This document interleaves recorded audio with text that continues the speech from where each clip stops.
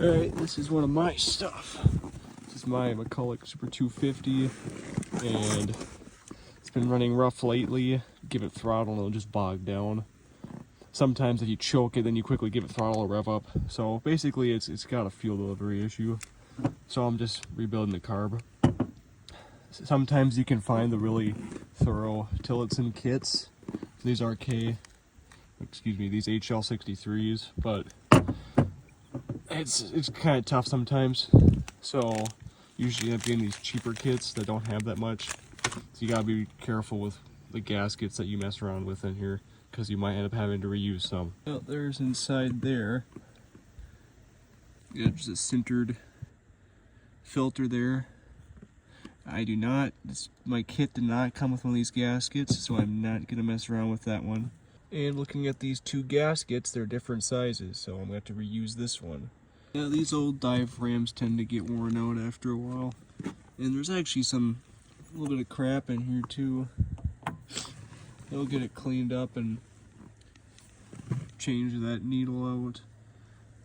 I don't think I'm gonna replace the arm or the lever or whatever you want to call it, because I don't really see why. And it's preset to whatever it's supposed to be at. I don't want to mess with that. Well, this is one of the stupid issues with these aftermarket Chinese kits. Not the same size, not even close, so I cannot use this one. Well, there it is, all back together. This was a really just quick rebuild. I'm 99% sure this will fix it, because it seems like most of the time these things just need those fuel pump diaphragms and float diaphragms replaced. And that was pretty much the only things replaced in here, so. But I'm not worried. I did replace this one gasket here. Probably didn't really need to, but this is all worn out and old anyways. They didn't, of course, come with this adapter gasket. But yeah, I have no worries. These Tillotson carburetors are great.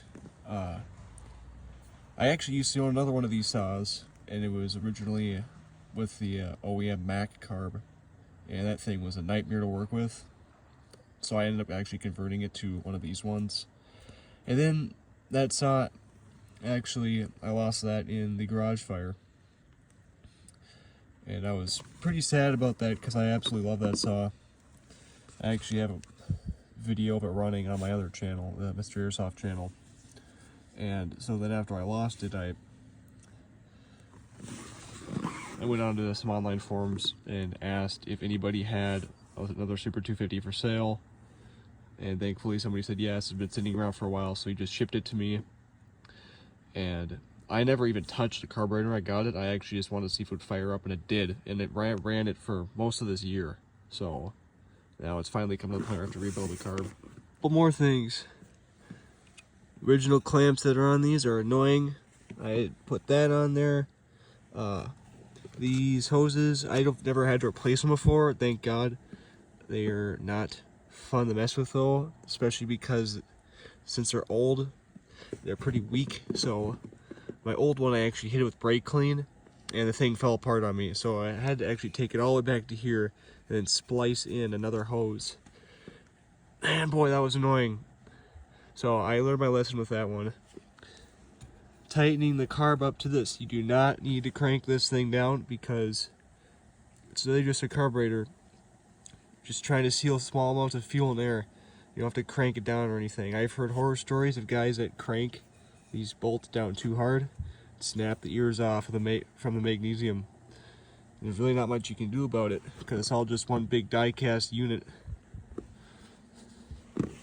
But yeah, it is kind of tricky getting this in. But I've done it enough times, I'm kind of used to it. But yeah, see if she fires up.